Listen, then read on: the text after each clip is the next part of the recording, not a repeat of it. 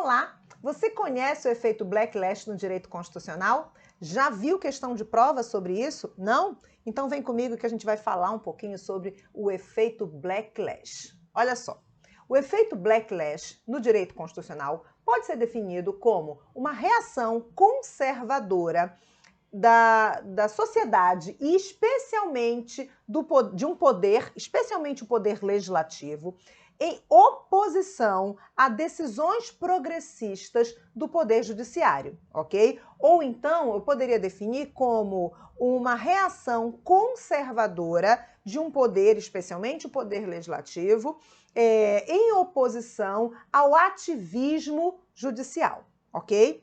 Então a gente tem, agora que a gente definiu de forma bem simplificada, a gente tem que lembrar que a nossa Constituição é uma Constituição de 88, obviamente, é uma Constituição analítica, é uma Constituição ampla, é uma Constituição que se permitiu judicializar-se, ok? Que se permitiu se submeter ao judiciário. Tem um texto, inclusive, do Luiz Roberto Barroso, da época que ele ainda nem era ministro do Supremo, que ele fala da judicialização constitucional. E a gente tem vários aspectos, a gente pode perceber vários aspectos da nossa Constituição de 88 que permite isso. E ao longo da vigência dessa nossa Constituição atual, em vários momentos, o Supremo foi impulsionado, foi provocado a decidir sobre questões polêmicas, sobre questões que repercutiram na sociedade, ok? A questão da união homoafetiva, a questão da prisão do infiel depositário, a questão da vaquejada, né, que gerou até a PEC da vaquejada, a questão de maus tratos de animais sendo usados como aspectos de diversão e cultural, não é? Vou usar aqui essa expressão. E aí, o que acontece? Algumas decisões do Supremo Tribunal Federal, decisões progressistas, decisões que mexem com temas polêmicos, temas sensíveis da sociedade. Vou colocar um outro tema, a interrupção da gravidez de mulheres grávidas, de fetos sem cérebro, enfim. Então, esses temas todos são temas polêmicos que caem na mão do Supremo Tribunal Federal a responsabilidade de decidir, ok? Afinal de contas, ele é o interpretador da Constituição, é o órgão com autoridade para interpretar a Constituição. Então, quando essas decisões progressistas surgem, quando elas ocorrem e elas geram repercussão na sociedade, em oposição a essa decisão de vanguarda, essa decisão progressista, a gente tem uma reação de setores da sociedade, ok? E essa reação, às vezes, é conservadora demais, certo? E aí, quando essa repercussão ocorre, né, essa repercussão conservadora ocorre na sociedade, o poder legislativo é um poder que repercute, que olha para a opinião pública e que muitas vezes repete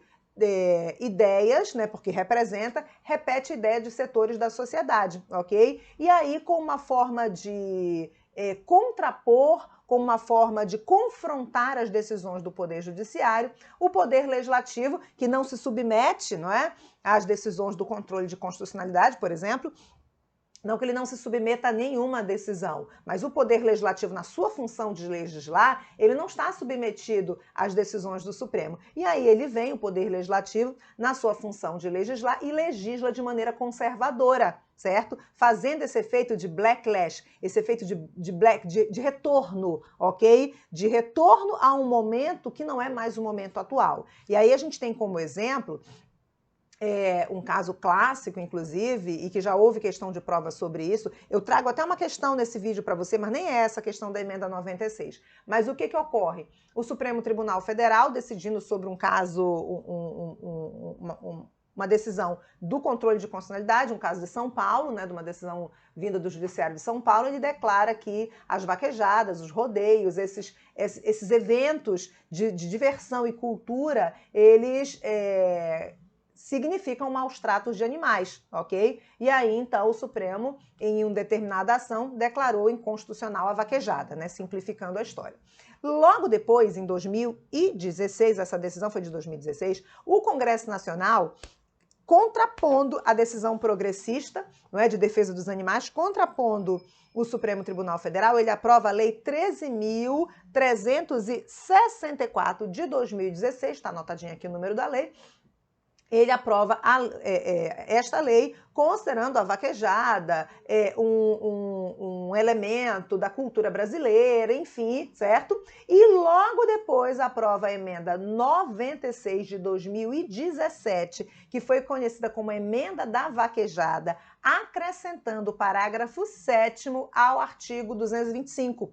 O artigo 225, que fala do meio ambiente, de proteção ao meio ambiente, ele foi acrescentado, ele cresceu, ganhou o parágrafo 7º, onde a vaquejada é elevada ao nível constitucional. A vaquejada que foi antes declarada inconstitucional pelo Supremo Tribunal Federal passa a ser constitucional por uma emenda constitucional, uma emenda emanada pelo Poder Legislativo Federal, ok? Então, resumindo e trazendo um exemplo, Backlash, o efeito Backlash, é uma decisão conservadora, é um movimento conservador, é um movimento retrógrado, certo? Em contraposição, em oposição a decisões judiciais, a movimentos progressistas do judiciário, certo? Frente a temas que são polêmicos, que são sensíveis à sociedade e que são polêmicos, ok? Isso já ocorreu questão de prova sobre isso, inclusive questão perguntando sobre a emenda da vaquejada, só que eu trouxe para você, vou colocar aqui na tela, uma questão de 2021 da FGV, que não falava sobre a emenda da vaquejada, porque assim, quando você olha o exemplo, e eu tenho vários, tem o caso das uniões homoafetivas, tem vários casos, mas quando você olha o exemplo, você consegue entender pelo termo, né, pelo termo que vem do inglês, mas pela história que eu conto com exemplo, a história que a questão conta com exemplo, você consegue perceber. Eu trouxe uma questão para você que traz só o conceito, tá? E é essa que a gente vai corrigir. Questão de 2021, diz assim a questão: o chamado efeito Backlash pode ser definido como efeito pelo qual, uma vez alcançado certo nível de concretização de um direito social, o mesmo não poderia ser anulado ou esvaziado pelo Estado. Errado, ok? Isso aqui é o princípio do não retrocesso social, tá? A gente pode até gravar um vídeo sobre isso. É o restabelecimento da vigência de ato normativo revogado pelo advento de declaração de inconstitucionalidade de ato normativo revogador? Também não. A gente pode até depois fazer um vídeo, fazer um vídeo sobre cada um dessas outras figuras jurídicas, tá? Mas a gente está procurando aqui o efeito Backlash, então não é B. C, uma forte reação exercida pela sociedade ou por outro poder, que comumente é o poder legislativo, tá? Mas poderia ser o poder executivo, exercida pela sociedade ou por um outro poder, a um ato do poder público, lei, decisão judicial, ato administrativo, etc., podendo ser acompanhada de medidas agressivas para resistir a esse ato e remover sua força legal. Olha só, essa definição, esse o gabarito, tá? Essa definição, inclusive, ela está até um pouco mais... ver se consigo achar a palavra. Ela está até um pouco mais... uma definição mais forte, menos sutil, tá? Porque quando ela diz assim, vamos voltar para a questão. Forte reação exercida pela sociedade ou por outro poder, a um ato do poder público, pode ser uma decisão judicial, um ato administrativo ou uma lei, podendo ser acompanhada de medidas agressivas, não é? Aí você pode, talvez, na questão, associar, né, na hora da prova, que essa medida agressiva poderia ser uma medida ilegal, não é? Medidas agressivas a resistir a este ato e remover sua força legal. Então, aqui, essa agressividade, eu usei no meu exemplo como um movimento retrógrado, conservador, mas que realmente busca, olha só o final, remover a força legal, tá? Do ato que está sendo resistido. Porque quando você tem, por exemplo, a emenda 96 de 2017, constitucionalizando a vaquejada, elevando ao status constitucional a vaquejada, ela simplesmente anula, certo? Desconstitui, tira a força legal da decisão do Supremo. Tem um outro exemplo que eu acabei de lembrar aqui, gravando, né? Nesse momento, eu acabei de lembrar desse efeito Backlash, foi quando o Supremo Tribunal Federal considerou inconstitucionais a criação de municípios que não obedecessem ao dispositivo da emenda 15, que exigia uma lei complementar estabelecendo um prazo para criar municípios. E aí o Supremo declarou inconstitucionais, certo? Inconstitucional, deu prazo para o Congresso fazer, certo?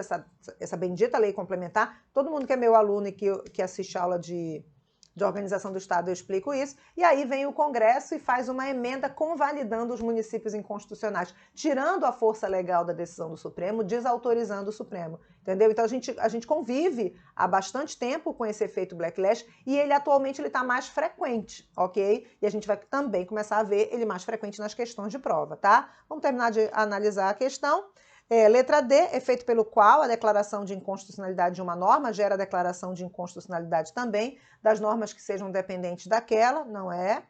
E exclusão de uma determinada interpretação de ato normativo por inconstitucionalidade, permitindo-se as demais interpretações comportadas no texto, pelo texto constitucional. Também não é. Então, o efeito backlash é essa reação retrógrada, conservadora, para trás, não é? Em contraposição, em oposição, em resistência, em movimento de resistência às decisões progressistas de outro poder, não é? Especialmente do Supremo Tribunal Federal. Então, o efeito backlash também pode ser interpretado como uma reação ao ativismo do judiciário, ok? Se você quiser um outro tema que eu comente aqui, que eu traga vídeo. Eu estou voltando a trazer os vídeos curtos falando sobre temas de direito constitucional. Você pode escrever aqui embaixo nos comentários que eu vou ler, vou analisar e vou gravar um vídeo para você, tá bom? Tchau, tchau!